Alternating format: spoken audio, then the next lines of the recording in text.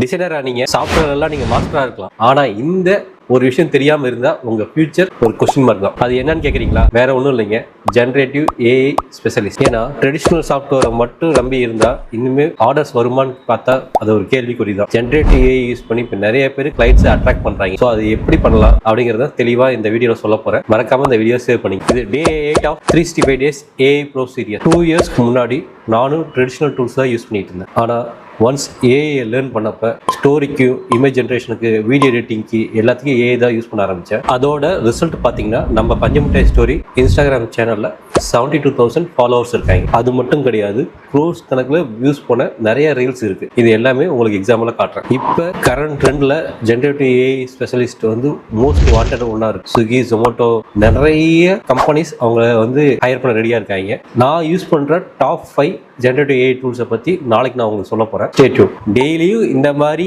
AI பற்றி தெரிஞ்சுக்க எங்களை சப்ஸ்கிரைப் பண்ணுங்கள். ஏஐயில் ஏதாவது டவுட் இருந்தால் கமெண்ட் பண்ணுங்கள்.